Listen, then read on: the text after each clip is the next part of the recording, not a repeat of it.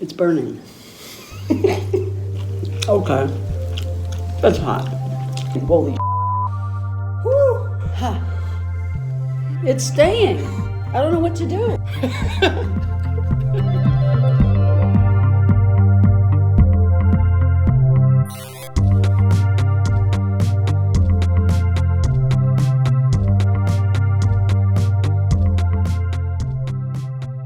I'm Sean Dreyer, graduating soon from Shirley Ryan Northwestern, and here on our third episode of Reflux Reflexes, we have Dr. Michelle Gittler. Hi, I'm Michelle Gittler. Came very highly recommended. We got some questions for you from your own residents who chipped in as well. I'm glad. You've done a million things. You're doing spinal cord injury at Schwab. You're the Residency Program Director. I'm the medical director. You're the medical director. I'm the CMO for post-acute care. Oh, God. I'm a mother Of two daughters, right? of 2 daughters and 15 residents every year. Yep. And you also are recurrent top doctor in Chicago. Yes. More on that in just a bit. I'm really proud of that because I may be the only doctor that takes Medicaid on that list. All right, that's some like bragging rights there. Do you know the word condiment makes me uncomfortable? All right, so what do we do now? Is it half a thing? Well, Whatever you want, or if you're slim. Yeah. I'm. All right, cheers. Yeah. What is the best part of spinal cord injury? In my mind, Yeah. the best part of spinal cord injury is working with young men with paraplegia with huge shoulders and strong backs. I'm just saying, like, I can't believe my job is to hang out with good-looking men who are strong. All right. Mm-hmm.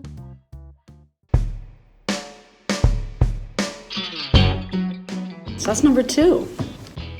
Cheers. Cheers. What is the spiciest thing you've ever said to another provider in the name of patient care? In the name of patient care? Like, you. You know, is there a reason you're not examining your patient? Spicier than that? Oh, do we need to take another nugger? Yeah. Cheers. Cheers. If one wanted to make it on the top doctors of Chicago list year after year, what would one have to do? I think what you have to do is talk to people and let everybody know how great you are. First, you make them feel great. I took care of your patient. You did a great job. Thanks for sending them to me. And here's what they're doing now. I mean, here's the thing. The whole top doctor thing is like, who would you send your patient to if you couldn't send them to yourself? Yeah, well, you know where I work. I work on the west side. So why do you think I'm on that list? I mean, it's not because they want people to come to the west side. That's a good point, yeah. Yeah, it's just about talking to people. Like, you can't burn bridges. Yeah. You gotta talk to people. Well, and you want it, it's the best thing for the patient. Yeah. 100%. Next one? Yeah. Cheers. That's delicious. That was tasty. It was like this cumin flavor. Yeah. Give me an example of patient advocacy that you're particularly proud of. I've started a program where I see people who are in nursing homes, and I advocate for them to come to acute rehab and then go home. So I just saw someone last Thursday. He'd been in a nursing home for about 8 months, had had a stroke, had no insurance when he had the stroke, at a hospital that I won't name and they sent him to a nursing home. His family saw he was getting no therapy there, so the family took him out. He comes to me. He's like younger than me, so he needs rehab. So of course the insurance denied him, and I do a peer-to-peer, talk to the medical director. And the key is you get on the phone and you're like, hey, thank you so much for giving me the time to advocate on behalf of our mutual patient, Mr. blah, blah, blah. And I just keep talking until they're like, okay, he needs it. So, you know, he's a young man. He was previously independent. His blood pressure is uncontrolled, even in the nursing home. He has spasticity. He has contractures. He still has a peg, but he's not using it, so obviously nobody's going to take it out. And here's my goals. Bam, bam, bam. Admitted him today. Wow. Yeah. Have you ever worked with the same person again? Yes. And round let two, me tell you.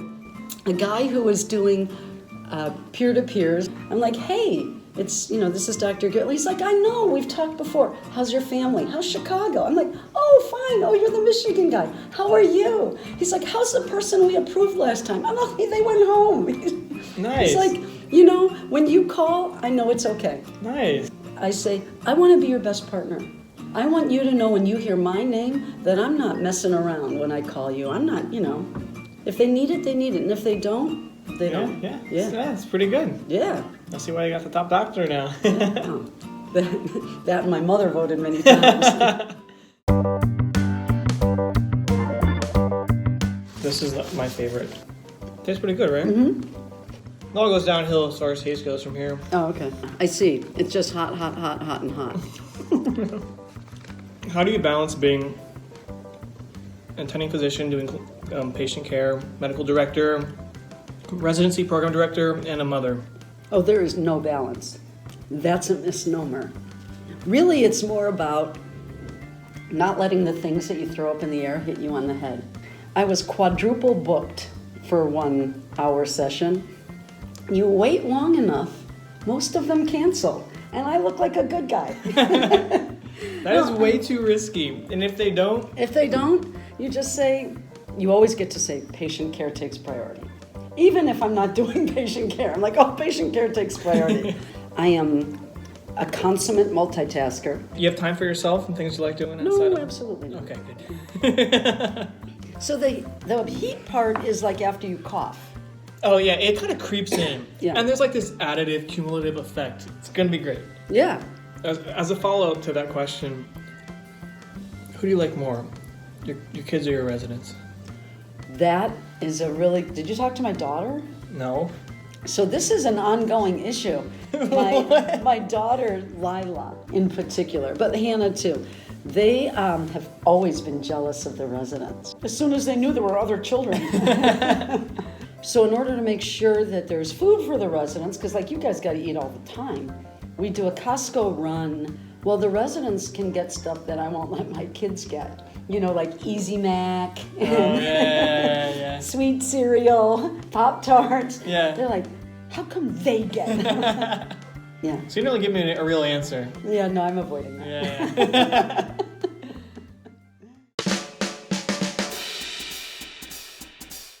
What part of the chicken is this? It depends if it's a boy or a girl chicken. How cold, windy, or wet does it have to be for you not to ride your bicycle to work? So this is an age-related question. As I've gotten older, I did not intend it that way. No, it's important. As a youth, I was impervious. If I know it's pouring, I'm not into that anymore.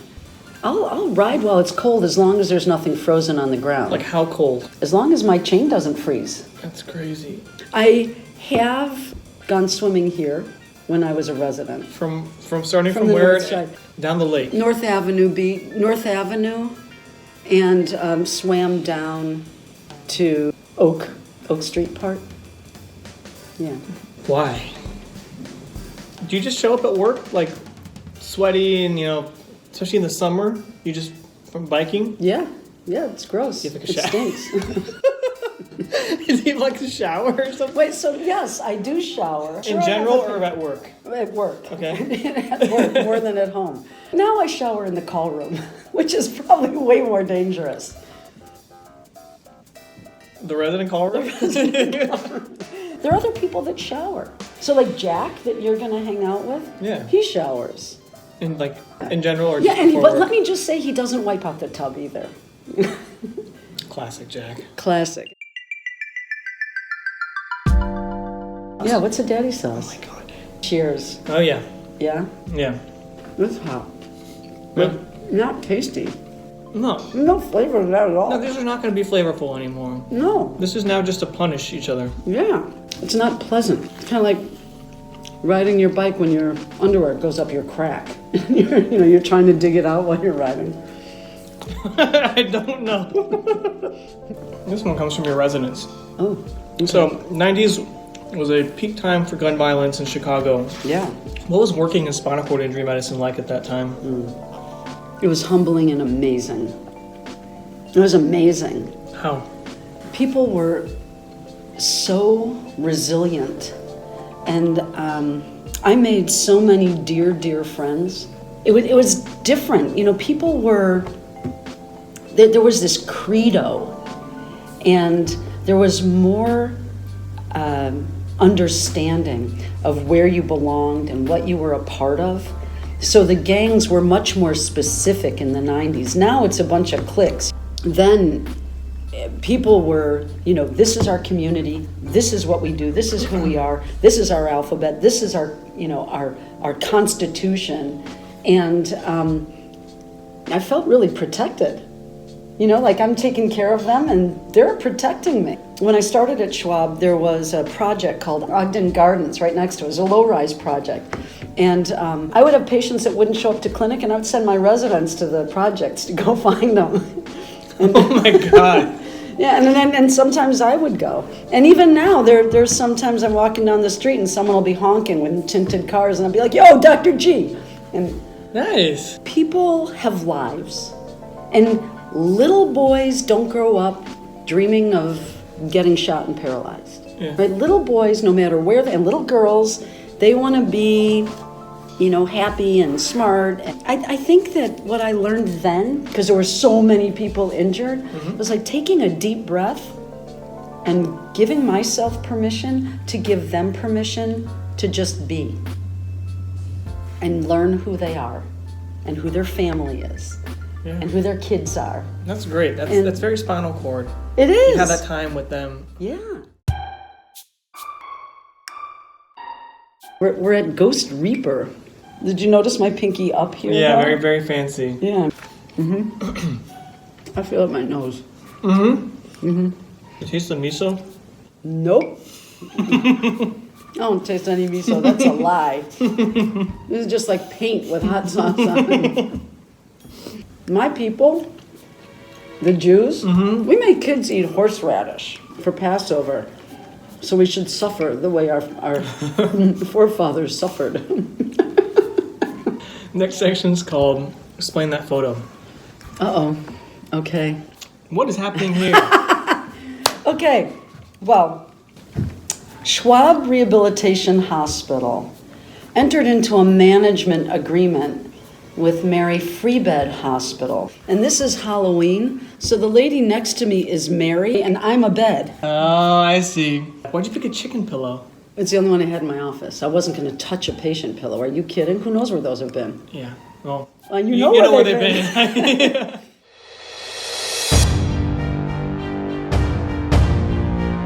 Well, this last one's like functionally battery acids. Let's do this. Okay. Called The Bomb. This is the one on the Hot Ones show. Pretty much unanimously agreed upon to be the worst one. Uh-oh. And they kind of just shock you with it. Oh. Show the camera. It looks like a... GERD. If GERD had a Patronus. Yeah. That's what it would be. On the roof of my mouth now.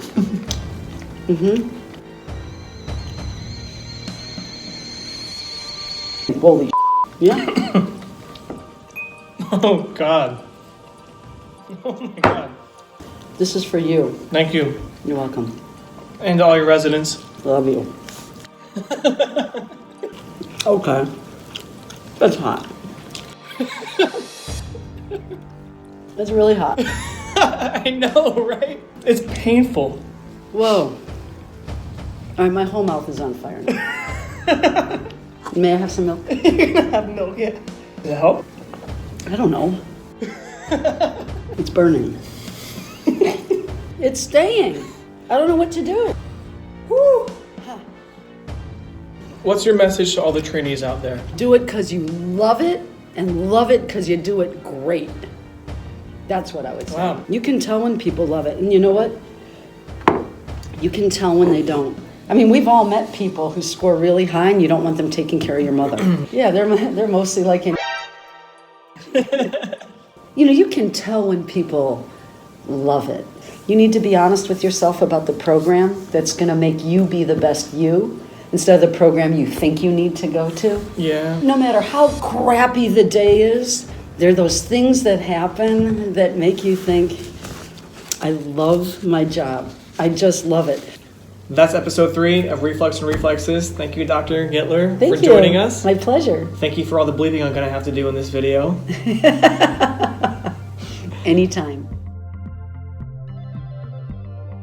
How you feeling? How you feel? I have some heartburn, seriously.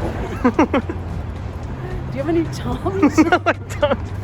This is not good. If I know. fall over a pothole, I'm gonna vomit.